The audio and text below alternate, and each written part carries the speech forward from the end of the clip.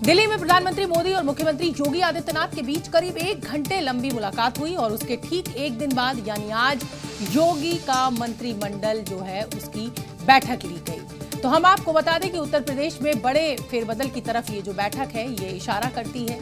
सवाल ये है कि क्या उत्तर प्रदेश में योगी कुछ बड़ा करने वाले हैं? क्या मंत्रिमंडल के कई चेहरों की ये आखिरी बैठक थी?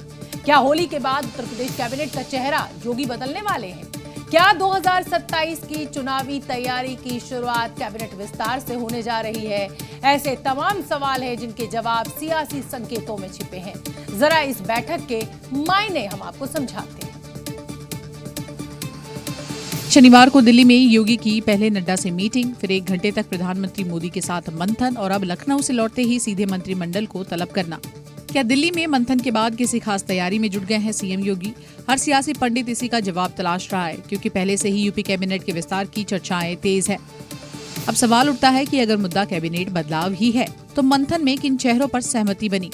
उम्मीद की जा रही है कि होली के बाद उत्तर प्रदेश में कैबिनेट विस्तार किया जाएगा और इस कैबिनेट विस्तार में कई नए चेहरों को जगह मिल सकती है, तो कई मंत्रियों का जो नंबर है पत्ता वो भी कट सकता है। साथ ही उत्तर प्रदेश के प्रदेश अध्यक्ष को लेकर भी ये कहा जा रहा है कि जल्दी उत्तर प्रदेश को नया प्रदेश अध्यक्ष मिल जाएगा। यानी 2027 से पहले योगी कैबिनेट और संगठन दोनों पर फोकस कर रहे हैं।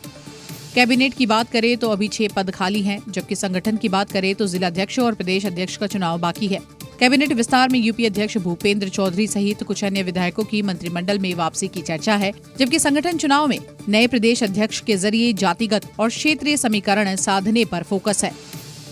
यानी आज की मंत्रिमंडल बैठक योगी के प्लान 27 का वार्म अप है। होली का रंग जैसे जैसे चढ़ेगा, यूपी का सियासी रंग और भी गहरा होता नजर आएगा।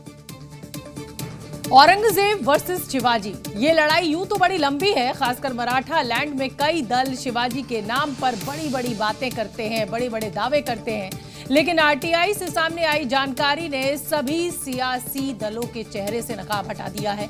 आगे की कहानी से पहले एक सवाल, जरा बताइए आपकी नजर में 500 रुपए की मदद क्या मायने रखती है? सवाल इसलिए क्योंकि शिवाजी के मंदिर को सरकार महज 500 रुपए महीने का अनुदान देती है, जबकि दूसरी तरफ क्रूरता का प्रतीक औरंगजेब इसकी कब्र पर सालाना 2 लाख रुपए खर्च करती है।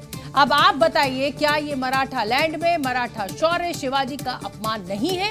और ये किसी एक सरकार की बात नहीं है, सत्ता में कोई भी दल रहा हो, सभी सरकारों में औरंगजेब की कब्र पर नेमत बरसती रही, जबकि मराठा शौर्य शिवाजी के मंदिर को मिला क्या? 500 रुपए, वो भी महीने भर के लिए।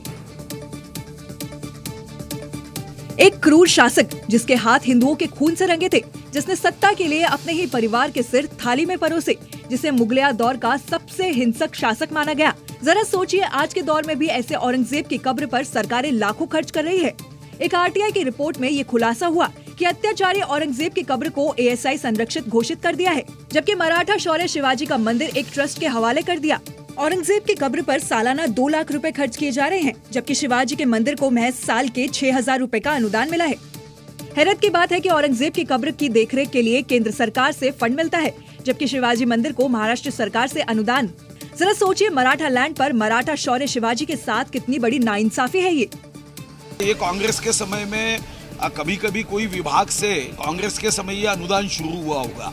अब बहुत बार ऐसा होता है कि सरकार को ऐसे अनुदान के बारे में कोई फाइल पढ़ने में नहीं आती। अब आपने बताया है, आपके पास अगर ये जानकारी और ज्यादा है तो मुझे दीजिए केंद्र सरकार से, मैं खुद फॉलो अप करूंगा, रोज एक पत्र लिखूंगा। मैं खुद सीएम साहब से बात करूंगा और जो आज का मेंटेनेंस कॉस्ट है जिसकी ज़रूरत है, उतनी मेंटेनेंस कॉस्ट बढ़ाने का जो है वो डिसीजन सीएम साहब को लेने के लिए मैं बोलूँगा। हालांकि जब मुगलिया सोच वाला सच सामने आया तो सीएम से मंत्री तक सब हरकत में आ गए और सालों से दबी गुप्त फाइलें खोले जाने की बात होने लगी।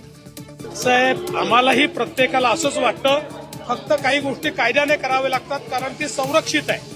जुन्या काँग्रेसच्या काळामध्ये एएसआयचं संरक्षण मिळालंय। यानी सनसनीखेज सच सामने आने के बाद मुगलिया निशानी को महाराष्ट्र से बाहर करने की तैयारी शुरू हो गई है।